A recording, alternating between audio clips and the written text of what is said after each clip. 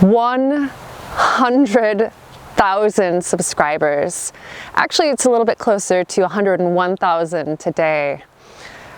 In any case, it is an incredible number and a massive milestone in my YouTube channel. And I've been creating videos since 2014. So there's been a lot of different content and lots of information and updates since then. And I just want to say a massive thank you to those of you who have been with me for years, and also a welcome to anyone who has recently subscribed. And I know there have been quite a few new subscribers this year with COVID happening and a lot more people turning to their gardens for therapy and also interested in growing their own food. So welcome. There's going to be a lot more ideas and content through the winter and into next year as well. So I'll keep you busy. So to celebrate 100,000 subscribers, I am doing a special Q&A video. And I have some interesting and exciting news, first of all, before I get to some of the questions that you've left me in last week's video. And that is that we're moving. I know. We just moved. 2 years ago, we bought our house. And I've been working on transforming that blank canvas of a small back garden into raised beds and a productive and edible garden. The entire idea was to stay there for 5 years, and we were always going to upgrade to someplace that had a bit more land, a bit more space. But that house came along a little bit sooner than expected.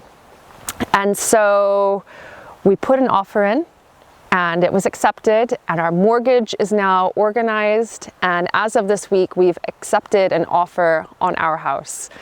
So it's not going to happen immediately, but sometime, hopefully before Christmas, we'll be in the new house. And once we have the keys in hand, I will be introducing you to it and the new, much larger growing space. Until then, let's get your questions in front of me, because a lot of you have varying questions about my personal background, about gardening, about my growing space here at the allotment, etc. And I'm going to try to answer each and every one of them. The first question is from Richard Svast, and I hope I'm pronouncing your name correctly. And he asks, I pre-ordered your book on Amazon. What is the status of the publication? Well, in case you haven't realized, I have written a book. I've been talking about it a bit on social media. Richard's obviously pre-ordered it. I know quite a few people have pre-ordered it. The book is called A Woman's Garden, Grow Beautiful Plants and Make Useful Things. And it is a labor of love. I have introduced 8 different women gardeners and farmers from around the world that specialize in growing a certain type of plant, so plants for purpose. And I'm one of those women, and I grow skincare plants. So I'll have a chapter towards the middle of the book, and then each chapter will go through different plants that you can grow and projects and recipes you can make with plants. So I'm very, very excited for that to be out, and it is on pre-order. The books will be in hands on the 9th of February, and there'll be lots of fun things happening around then. But I also do want to say that although I know a lot of people would like to wait and just order it and have it immediately, if you do pre-order it, I'm going to be offering a free gift, and I will be announcing that in the next few weeks-ish. And there'll be a choice of 2 different things that you can get, and those are just for the people who pre-order. So if you have pre-ordered, make sure you take a screenshot of your sale page, whether it's an Amazon or the email that you received, etc. And I will give you more details on that very soon. And the book will be out in February.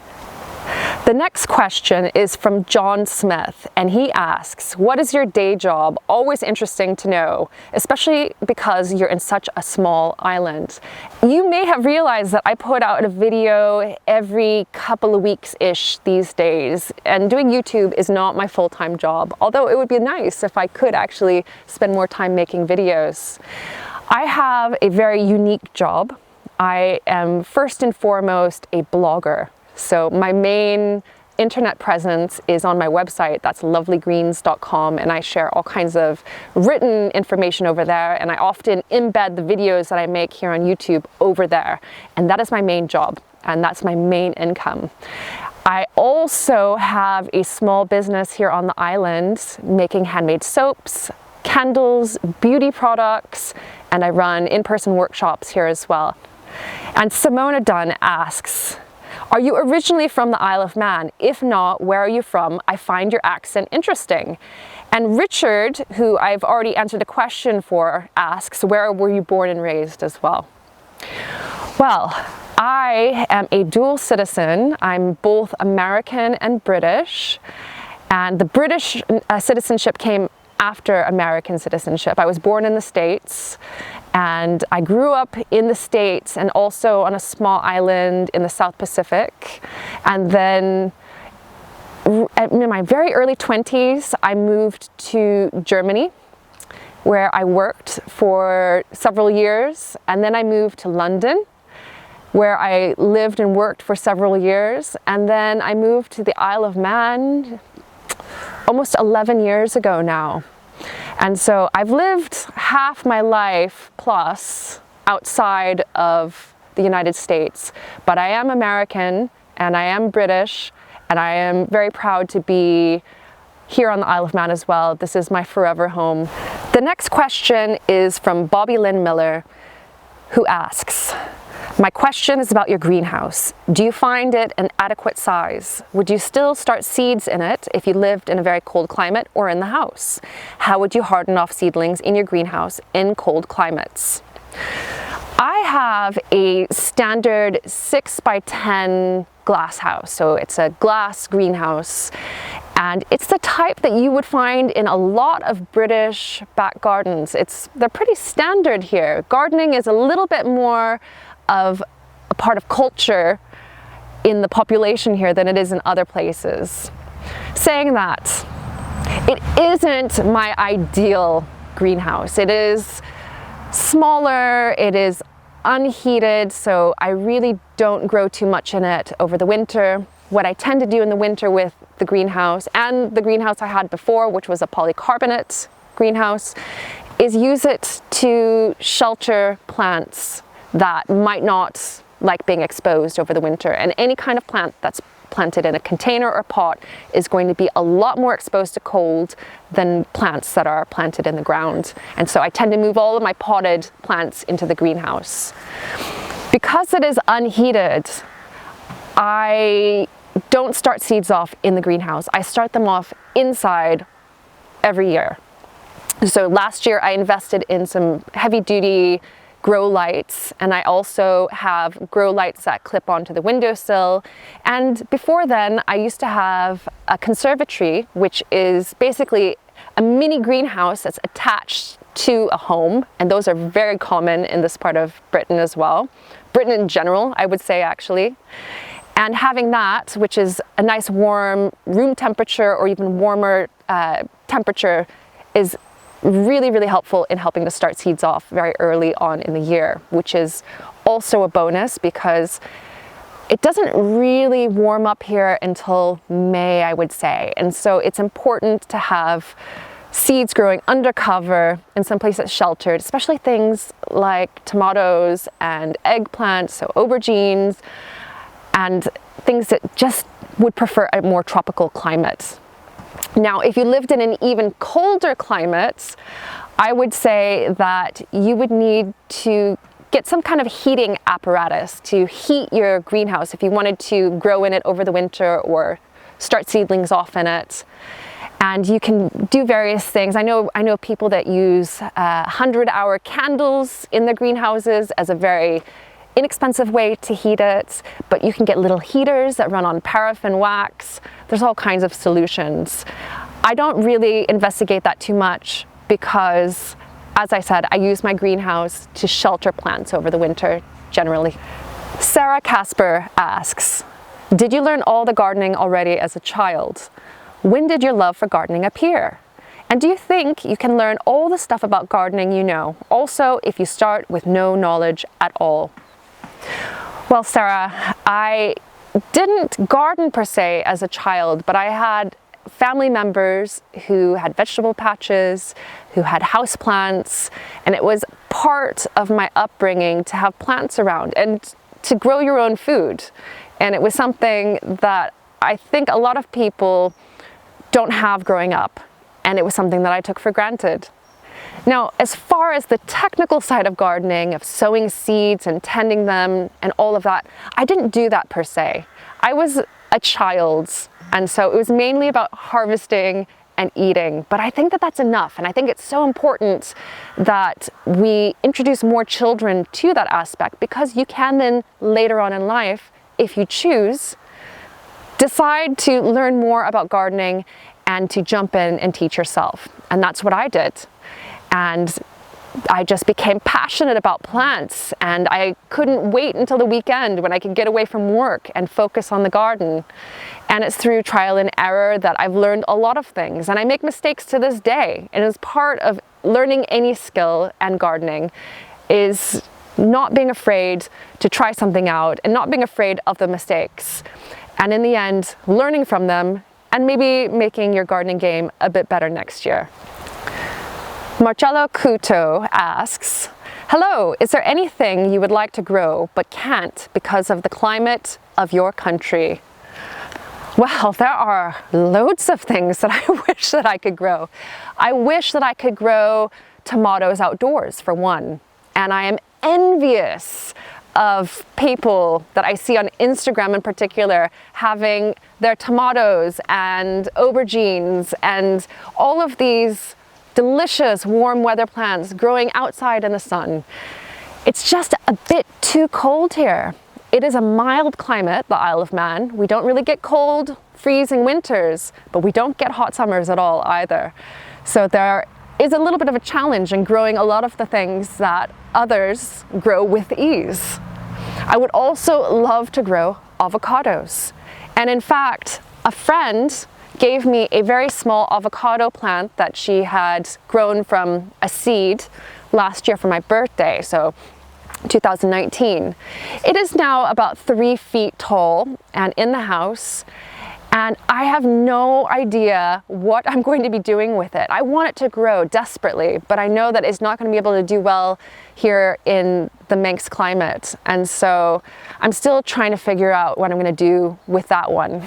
Andrew Martin asks, what's the one vegetable or fruit that you just can't get to grow but wish you could?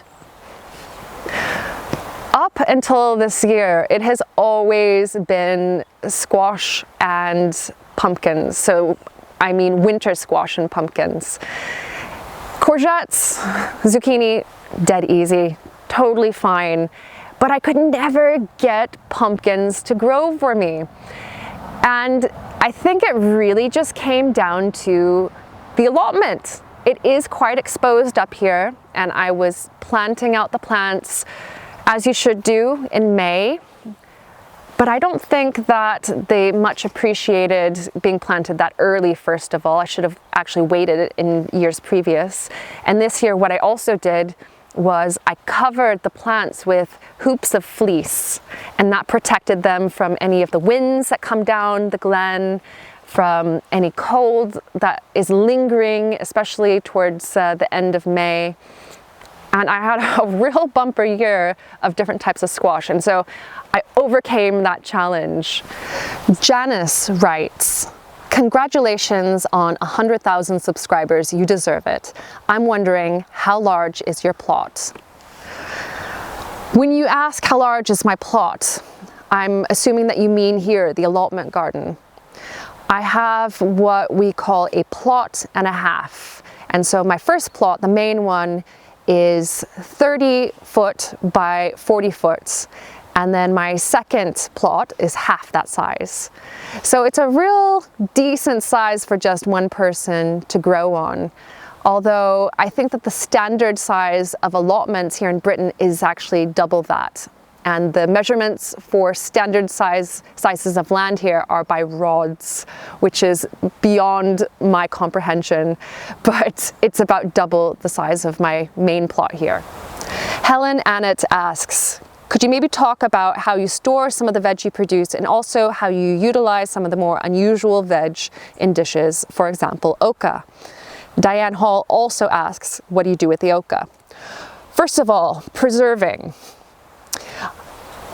I grew up with an American family that did a lot of canning, so a lot of low acid canning, which you use high pressures to sterilize and to bottle those jars, because if you don't, the chances of botulism and getting really ill and worse are very high. Here in Britain, there isn't that same tradition. When people make preserves here, they tend to be very, very simple preserves like chutneys and jams and jellies, or things like pickled beetroot in vinegar. So high acid foods that don't have as much risk. And so the equipment that's available here the selection isn't great. And so I tend to stick with more of a British type of preserving method. Saying that, I do dehydrate a lot of things, especially different herbs and flowers. And I freeze a lot of things too, so berries, they all go into the freezer. Now, as far as the oca are concerned, oca is a type of South American root vegetable, and they grow similarly in a way to potatoes, although they're not related at all. The tubers taste completely different. They've got more of a tang, a bit of a citrusy kick to them, and that's from the oxalic acid that's in them. And it's that same kind of kick that you would get from sorrel, and it's delicious. And as far as how you would cook them, I cook them in any way that I would potatoes. So roasting, I've cut them up and sauteed them before, you can mash them. So any way that you are already familiar with. And it's the same with the achocha, which is also another South American veg, and anything new that I grow as well. I try to grow new things every single year, and some things I keep, some things I don't. But one thing that's really important is that you don't have to learn a brand new cuisine to cook new veg.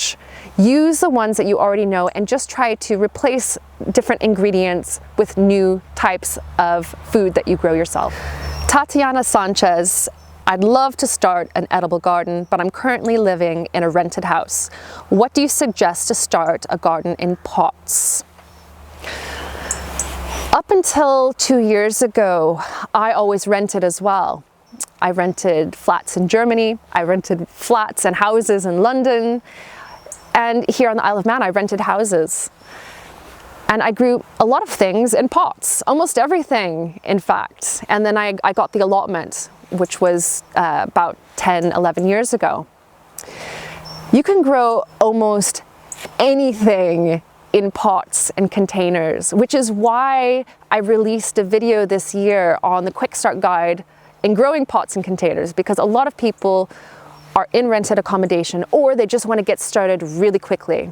It takes time to prepare a garden and to enrich the soil with compost and manure and all of that. But when you're growing in containers, you can buy potting mix, you can buy all of your compost, everything, and get started immediately. What I would say with growing with containers is that the bigger the better. So if you can get really large buckets and pop some drainage holes in them, or get a hold of really large purpose-made containers, do that. If you are growing in smaller containers, they dry out more easily. They don't have enough room for some plants for their roots to fully grow, and they can be a little bit more of a challenge in that aspect.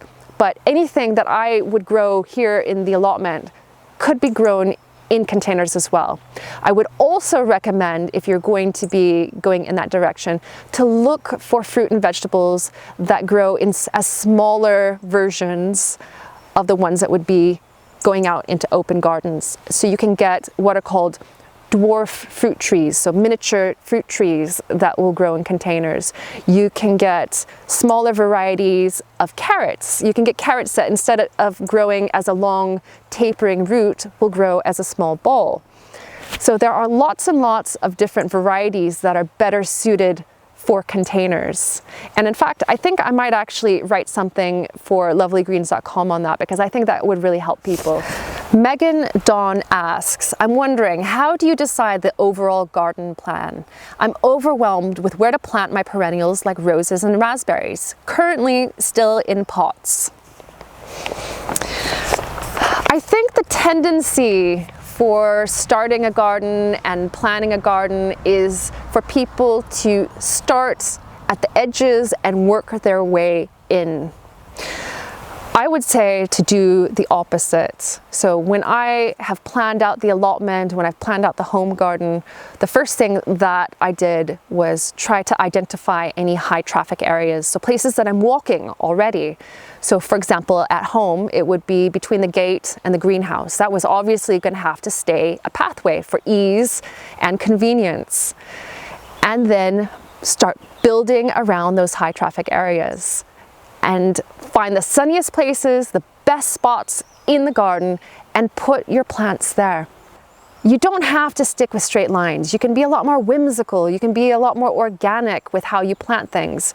I would say just be brave and find the best, sunniest places in your garden and just start planting there, even if it's the middle of the garden.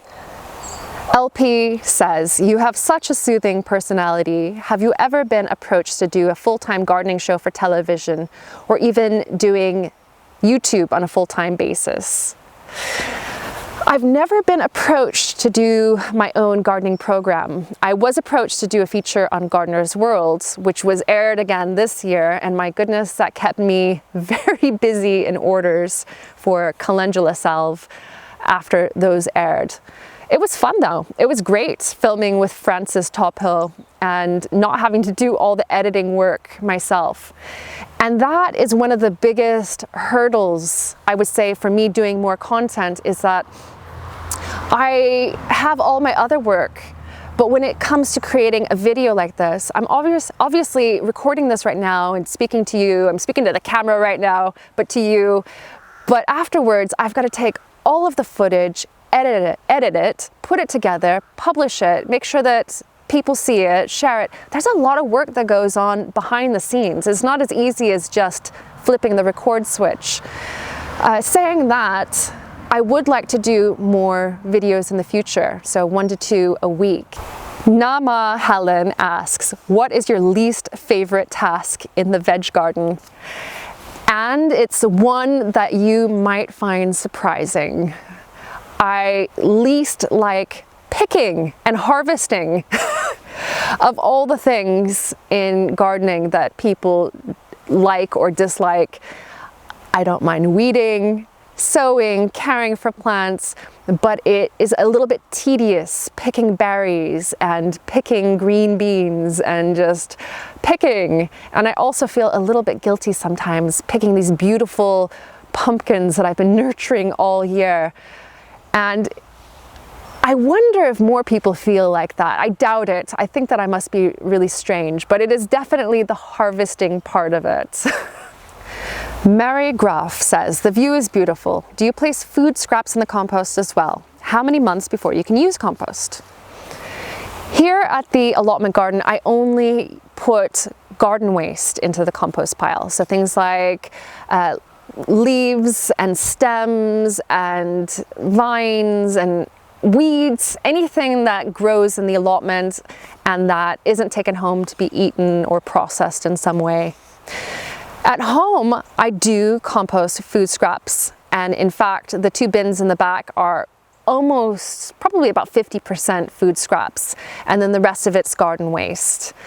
Now, as far as how long does it take for it to be ready, it depends on the time of the year. So my lazy cold composting method can take anywhere from 3 to 4 months to 6 to 7 months if it's over the winter.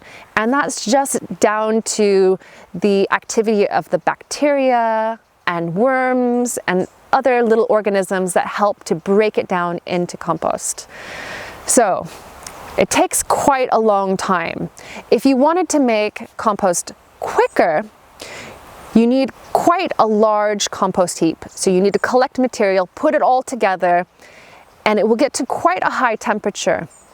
And then as it cools down, you turn it and then you can either turn it again or put it straight out onto your plot at that point as well. And it takes a couple of months around that amount of time. I don't do that. I'm not a hot composter, at least not now. I might be at the new house because there's going to be a lot more space and I will have a lot more different types of materials to go in, I imagine.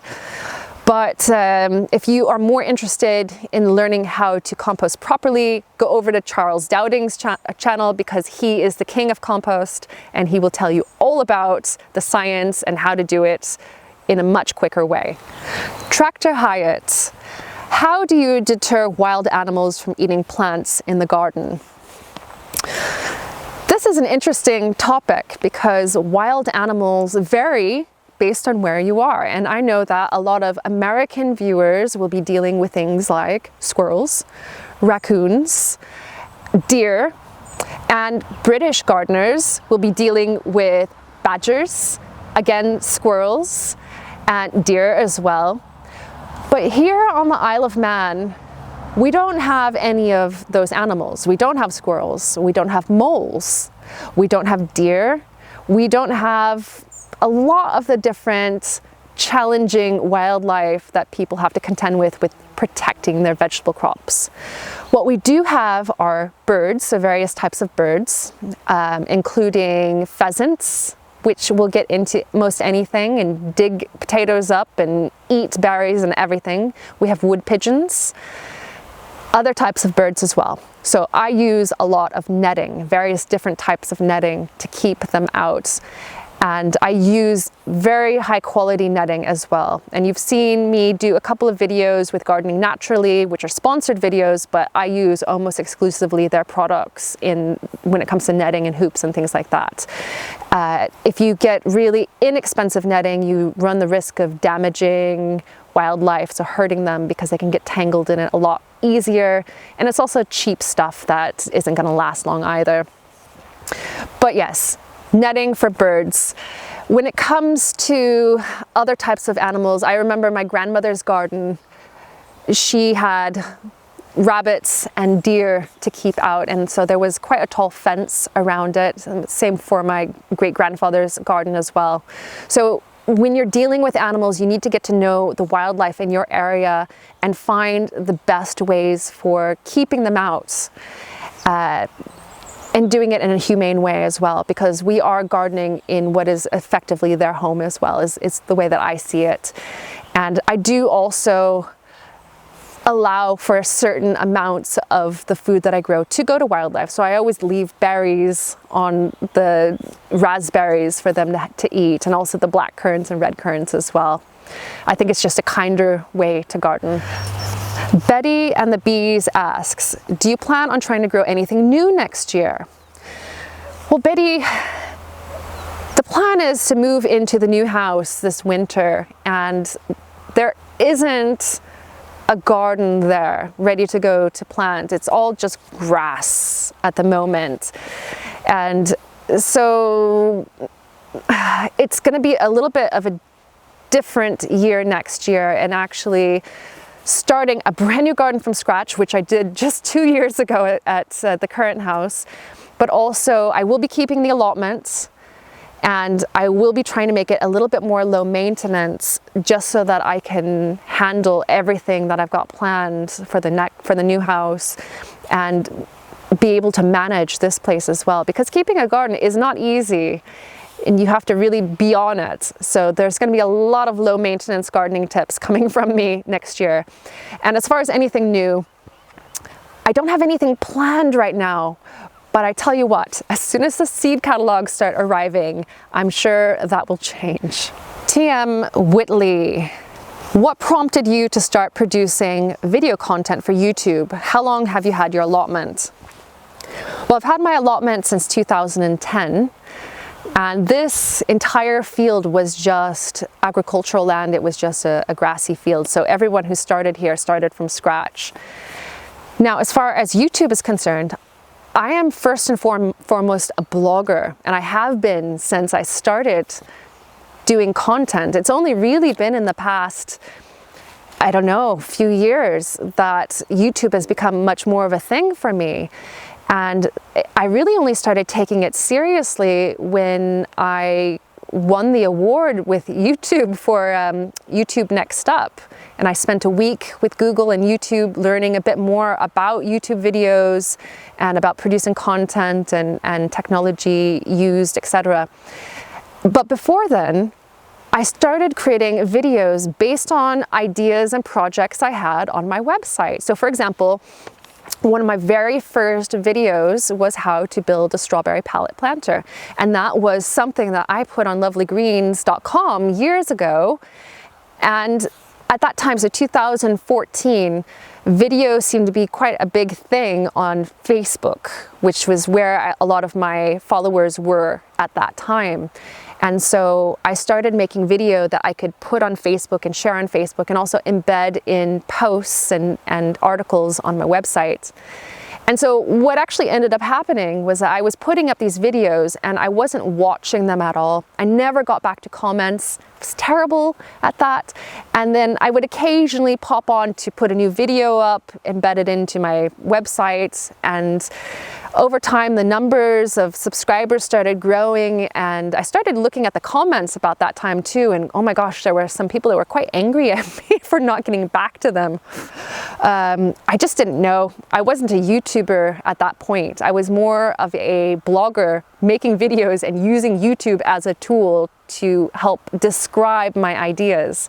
But now I realize that there's an amazing community here on YouTube, and I'm very much in it now, and I won't be leaving it anytime soon. Aaron Weibrecht asks, are you married and do you have children? I'm not married. I was in the past. I'm divorced. Josh and I aren't married. We've been together 6 years now, just about.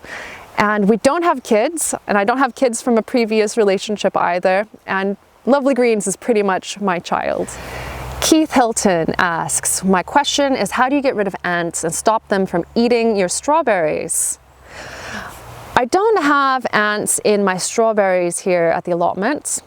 So ants really like sandy, dry soil, and they can build their nests in that type of soil really easily. Here at the allotment, it's very clay-based, and I don't think that anyone here has problems with ants. Now, in the home garden, in one of the raised beds, I did have some ants this summer, and they had taken up residence in one of the corners of the raised bed, so presumably that was drier, and it has quite sandy soil at the allotment, and the bottom layer of the raised beds, there's a lot of soil in there now because I added that earlier this year. So what I ended up doing is just disturbing the nest repeatedly, and eventually they moved out. I didn't put down any kind of bait or anything like that. I know that some people do use cinnamon to deter ants, and there's lots of other things that you can do as well. We also have ants in our driveway right now, so they live underneath the bricks, underneath an evergreen that's planted there, so it's very, very dry. And they're not bothering me, so I leave them to do what they want to do. Again, you know, we live in a greater world. This isn't just for people, so we do have to take that into account and make space for other types of animals. And sometimes those animals eat our strawberries, and we have to deal with that and try to find ways to maybe mitigate our losses without getting too angry or frustrated. Could be that you could just maybe start adding a bit more organic material to that bed, make it a little bit less sandy, a little bit less dry, and they might say, you know, this isn't the place for us, and decide to move on. Elizabeth Myers, she asks, what is the lowest average winter temperature on the Isle of Man? I'm trying to compare it to a US zone. It seems similar to where I live in the Seattle area, both maritime climates. Well, that's pretty much spot on. We are zone 8 roundabouts with using the American system, and the average winter low temperature is about 2 Celsius. So it doesn't really freeze here. We don't really see a lot of snow, or even ice on the roads is uncommon in the winter time. What we do have is a lot of rain, and it gets very dark here as well. So although we have a similar climate to the Pacific Northwest and Seattle, at least in the winter, our latitude is more like the middle of Canada. Emily Lee, she says, I'm interested in how other people keep track of their seeds and seedlings, if you do a little stock take and or keep a gardening journal, etc. Well, Emily, I actually created a video, I believe earlier this year, sharing, or it was the end of last year, and it shared how I organize my seeds. And what I do is I use takeaway boxes, and right now they are in a filing cabinet, so they're in a nice dark place, and each of the different takeaway containers, so they're like containers that you would get Indian or Chinese food in, they are labeled as legumes, as brassicas, as flowers, root veg, etc. And I keep the seed packets in there, and they're all very well organized. As far as seed sowing and the seedlings themselves, I always start off with a really organized grand plan, and I spend all winter tweaking it and looking at seed catalogs and working things in and where everything's going to go. And then I start off really well. And then I get to the middle of spring and everything goes out the window because it gets crazy and manic and whatnot. And I just respond. So I sow seeds if and as I want to. I always have an overabundance of different seedlings that I try to tuck into places. It all seems to work out though in the end. So hey ho. Gosh, there's so many questions, and I'm so glad that everyone's been asking these, because I think over the years I've had quite a few people ask a lot of the same questions over and over again, and so it's nice to be able to put them into a video format. But we've got 5 questions left, and the next one is from Joanne Cohen, and she asks, do you dehydrate your scrap veggies for broth or seasoning? No, I actually don't, but that is a fantastic idea. What I end up usually doing is putting any kind of scrap veggies on the compost pile, and I'm very greedy about those. I just see it as kind of fuel for the future garden and creating more compost. But yeah, I think I might actually look at little scraps of vegetables, like little pieces of carrots again, in a different way, and maybe put them in the food dehydrator. Thanks for the idea. Barb Smith asks, any cold weather prep for the bees? Yes, it's about that time of the year that I put a board in the Varroa floor. So the bottoms of my hives are actually mesh, and they're open to drafts and air, and that's great in the summertime, but in the winter I like to minimize that. And so I put inserts into the bottom of the hives, and that stops the cold air from getting inside. And what I also do is I put a little block in the entrance of each of the colonies, and that stops rodents from crawling inside for the winter, and it keeps the hives a little bit more snug. A colorist has a question for the Q&A about beetroot. Every time I try to grow it, it never grows to a good size. They are only tiny. What is happening? Have tried different varieties. I grow in canvas raised beds and pots. Thank you. Well, there are a few things that could be going on. First of all, beetroot need to be thinned out. So you can grow them together, so a multi-sown, but they still need quite a bit of space around the few that are clustered together. If you're going to grow them in a traditional row or in a container, you need to give them space to plump out. And so if you've got lots and lots of little seedlings together, they just crowd each other out and they never really get to a good size. Another thing that could be going on is that your containers are not getting enough sun. So beetroot and other veggies, they prefer to have a good 6 hours of direct sun, if not more, every day. So 6 hours is the bare minimum. Containers and pots also dry out really easily, and beetroot like moist and well-drained soil. So it needs to have that moisture retention in there, not be sopping wet. And also they need access to really nutrient-rich soil.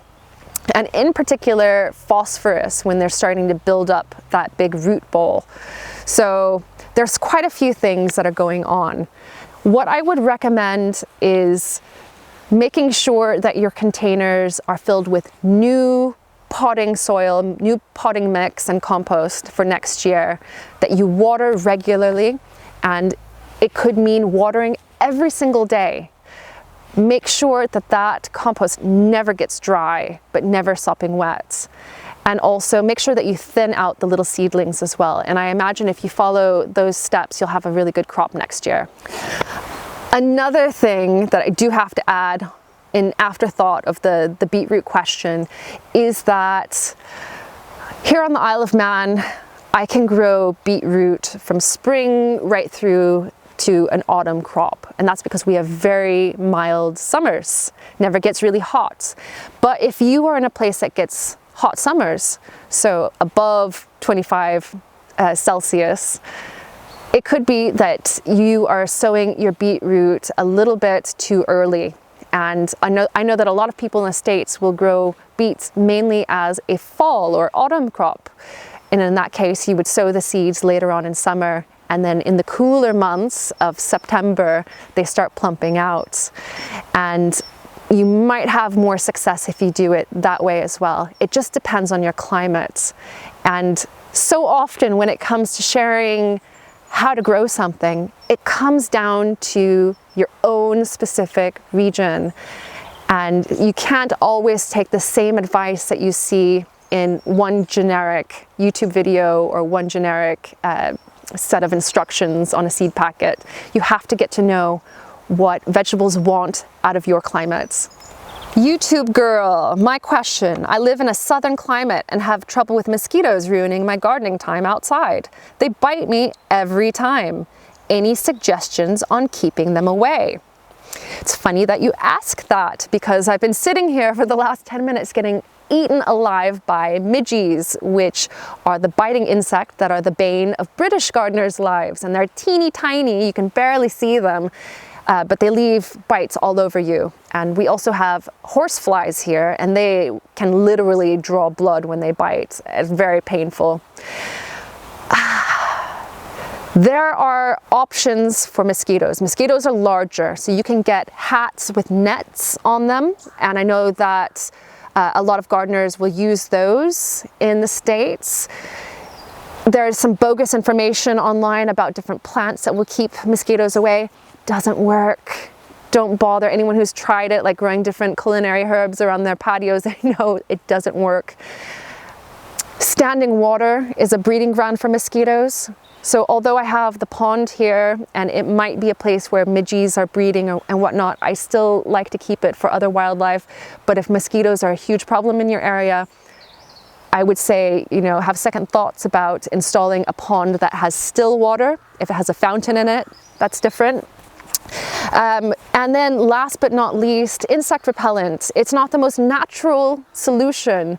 If that's the only way that can keep you in the garden and happy and enjoying time outside, then an occasional application every now and again, I don't think it's going to hurt you.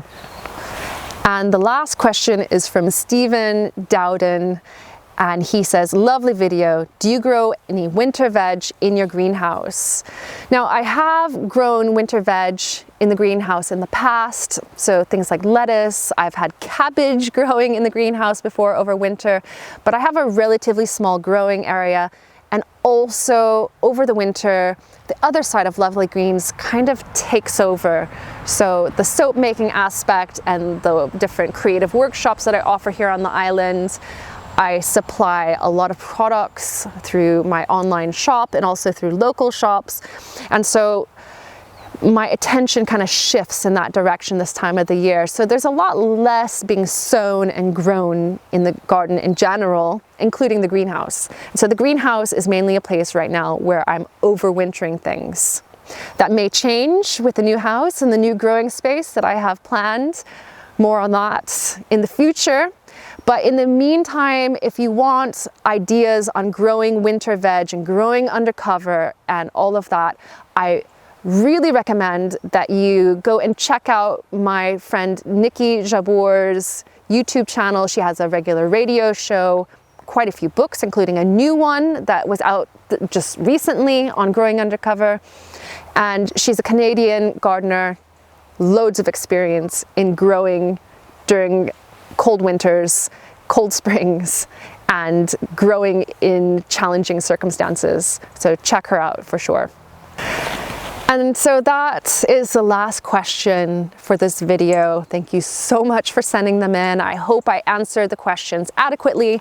If not, leave me a comment down below and I will try to clarify a little bit more. And if you have any more questions, pop them down there as well. So yes, over 100,000 subscribers as of today. I just can't even believe it. Thank you so much for subscribing, and I'm so pleased that you're enjoying the content. So yes, little mini celebration, and I will be back with some more gardening ideas, and I'm going to focus on some garden DIY projects as well in some of the upcoming videos as well. And yeah, we can maybe revisit some ideas on growing some winter veg. It might be a little bit challenging for me with a move on the horizon, but I'll see what I can pull out of my hats. Thank you so much for watching, and I will see you in the next video here on Lovely Greens. Bye for now. One last thing before you go. If you enjoyed this video, please give it a thumbs up. And if you haven't subscribed already, please subscribe to Lovely Greens and click that little bell icon so that you get notifications for when new videos are out.